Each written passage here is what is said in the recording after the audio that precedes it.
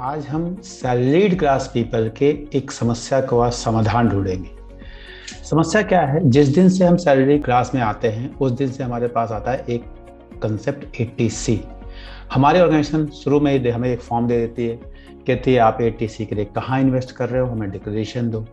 कई बार होता है कि हमारे पास पैसे ही नहीं है, कई बार होता है हमारे पास ऑप्शंस नहीं पता कहाँ लगाएं, और हम हर साल गलतियां करते हैं। जो हमारा सैलरीड क्लास का पर्सन उस एटीसी से जो अर्निंग कर सकता था, जो वेल्थ एक्युमुलेशन कर सकता था, वो नहीं कर पाता। इस समस्या का सबसे आसान तरीका क्या है? सबसे आसान जो मैं करता हूँ, मैं आपको बताने जा रहा हूँ जो मैं करता हूँ। मैंने क्या किया, जब मैंने फर्स्ट ईयर जॉब ज्वाइन किया, फर्स्ट ईयर थोड़े से पैसे मेरे पास कम थे तो उतना नहीं कर पाया था, लेकिन सेकेंड ईयर थर्ड ईयर में करके 3 सालों में मैंने अच्छे ELSS स्कीम्स में पैसे लगाए। 3 साल, हर साल 1.5 लाख रुपए का हमें बेनिफिट मिलता है, तो 1.5 लाख रुपए हर साल मैंने लगाना शुरू किया। ELSS अच्छे जो भी है, आप अपना सर्च कर सकते हैं, जो भी आपको अच्छा है ELSS स्कीम लगे। इसका मतलब है इक्विटी लिंक सेविंग स्कीम।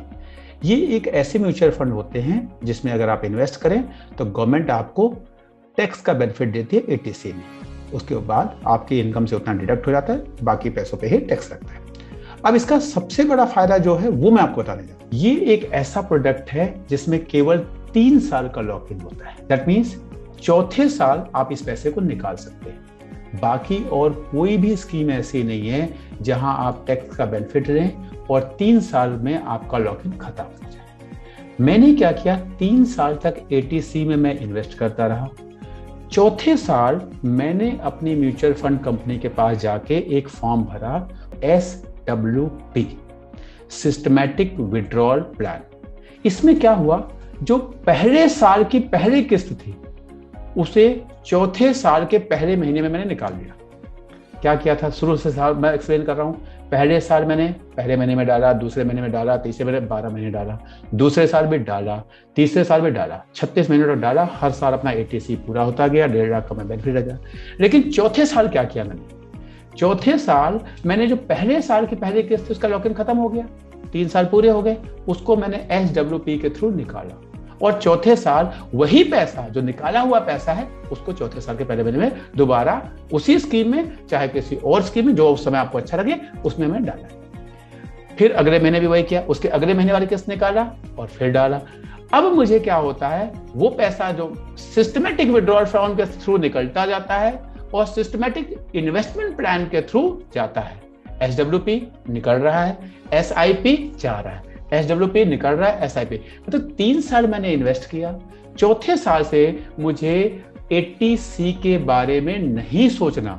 मैं वो जो 45,000 रुपए का बेनिफिट होता है एटीसी का, as per my income slab, किसी का डिफरेंस हो सकता है, वो मैं हर साल लेता हूं, लेकिन मैं उसके लिए एक पैसा इन्वेस्ट नहीं करता, एक भी पैसे इन्वेस्ट नहीं करता हूं। जो 3 साल कर दिए। लाइफ में करियर के 3 साल करना है, हम क्या करते हैं, हम हर साल एटीसी सोचते हैं, हर साल एटीसी सोचते हैं। उसमें क्या होता है, एक तो हमारा पैसा बहुत लंबे समय तक ब्लॉक हो जाता है, दूसरा जल्दीबाजी में कोई भी हम इंश्योरेंस प्लान ले लेते हैं, कोई भी हम इन्वेस्टमेंट लेते हैं, भाई एटीसी करना है, एटीसी करना है, एटीसी में बचाना है। उस चक्कर में हम सही डिसीजन नहीं ले पाते। मैं ये नहीं कह रहा आगे इन्वेस्ट मत करो, आगे आप अगर मेंटली फ्री होंगे तो आप कहीं भी इन्वेस्ट कर दो, जहां आपको अच्छा बेनिफिट मिले वहां इन्वेस्ट कीजिए। ऐसे प्लान में इन्वेस्ट कीजिए कि कोई लॉक इन ना हो, जब जरूरत हो तो उस पैसे को निकाल सके, और अगर कोई गलत डिसीजन हो गया तो उसको आप डाइवर्ट कर सके। लेकिन एटीसी की वजह से हम कोई पॉलिसीज ले लेते हैं, कोई प्लान्स ले लेते हैं और हमारा पैसा ब्लॉक हो जाता है और वो सही डिसीजन हो। तो एटीसी के लिए क्या करना है, हर साल हमें एटीसी नहीं करना,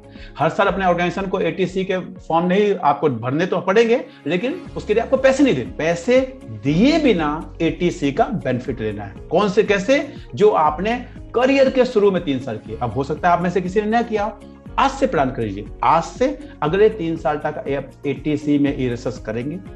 चौथे साल से आपको वो भी नहीं करना, 2 फॉर्म भरने हैं, एक किसका, SWP का जिसमें पहली किस्त निकलेगी, एक SIP की पहली किस्त जाएगी, फिर SWP की दूसरी किस्त निकलेगी, SIP, और लाइफ लॉन्ग के लिए हो जाएगा। आपको बाद में एटीसी के बारे में नहीं सोचना।